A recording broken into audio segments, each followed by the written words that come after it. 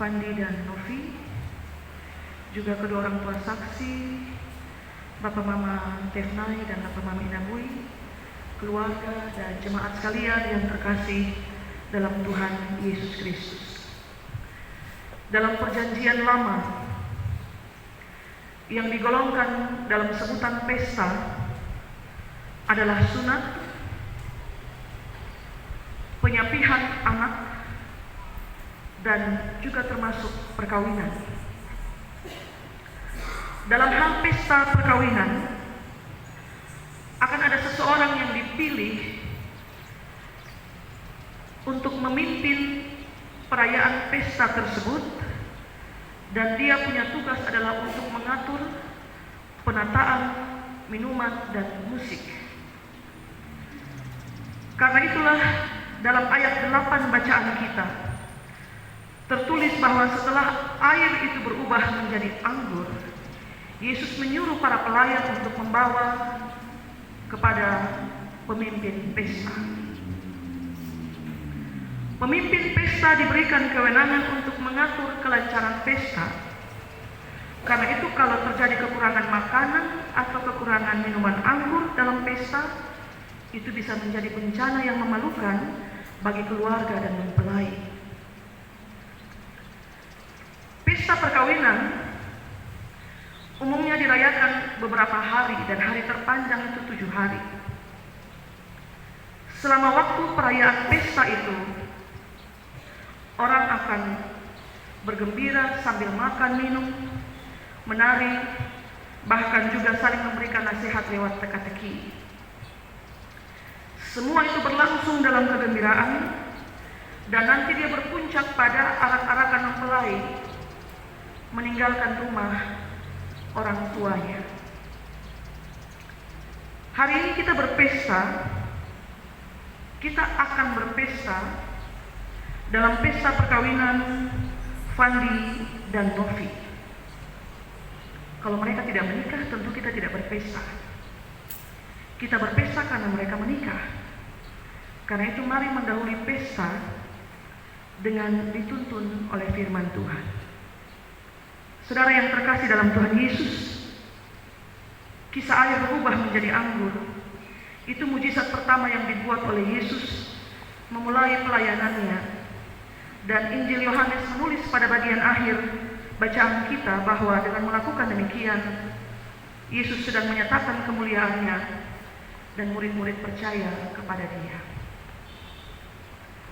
Kehabisan anggur dalam pesta perkawinan atau pesta apapun tentu bukan sesuatu yang baik, sebab nama baik keluarga dan mempelai dipertaruhkan dalam pesta.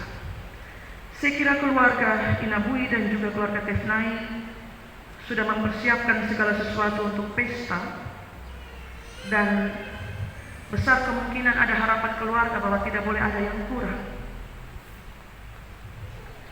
Maka kehadiran Yesus sebagai penyelamat hari itu, dia dipandang sebagai penyelamat.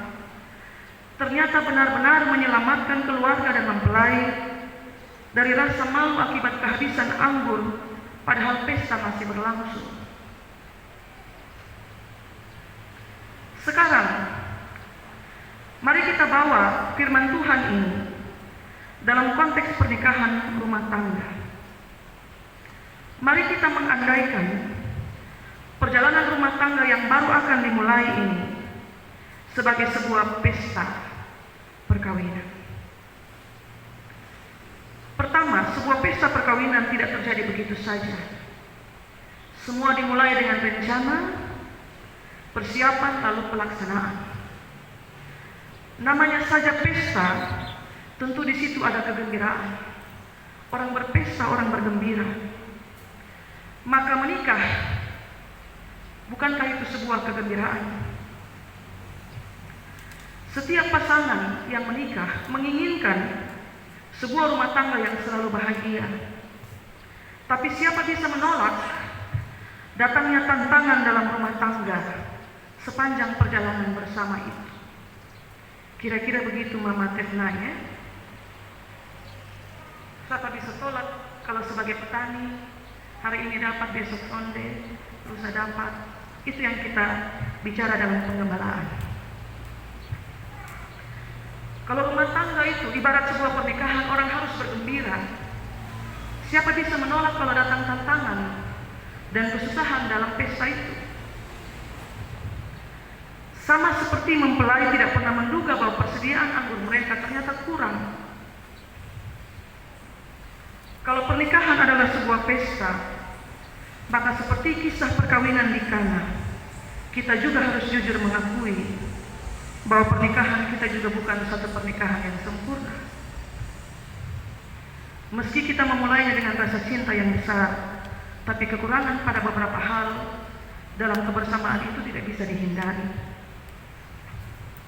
Saya pernah bertanya kepada kedua mempelai dalam percakapan pranikah, Anda berdua sudah saling mengenal? Dan dengan yakin mereka berdua menjawab iya. Lalu saya bertanya, sedalam apa pengenalan itu? Yang Novi bilang, Fandi kalau mandi lama sekali. Terus Fandi bilang, Novi kalau mandi cepat. Dia bisa bilang dia bisa mandi 1 menit selesai. Jadi saya berpikir, ini cepat sekali ini anak mandi. Itu dalam hal yang sederhana, teman.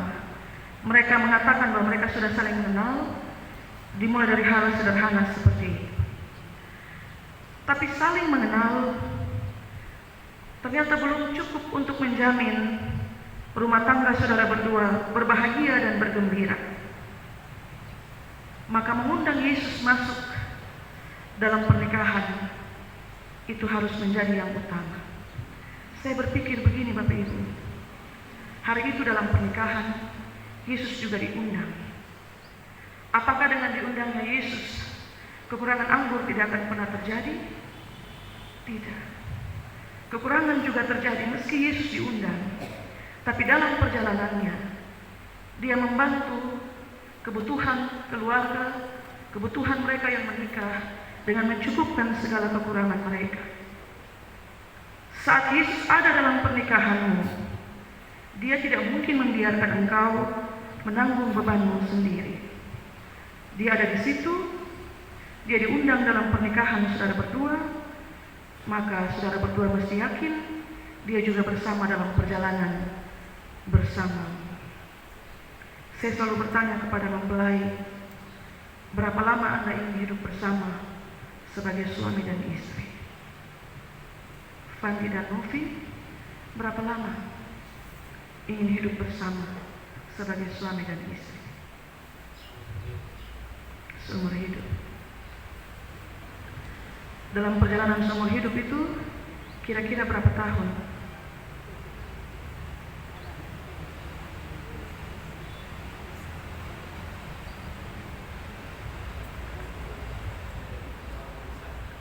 Mau memisah takut kapan? Masih rahasia ya? Dia penjawaban mama. Biar dia yang jawab. Itu semua berpulang kembali kepada Tuhan. Anda berdua menginginkan kebersamaan yang panjang.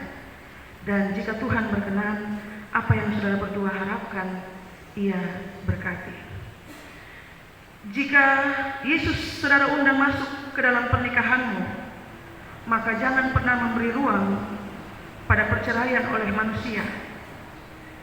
Biarkan Tuhan yang menceraikan saudara berdua kelak melalui keputusan yang paling baik, yaitu kematian.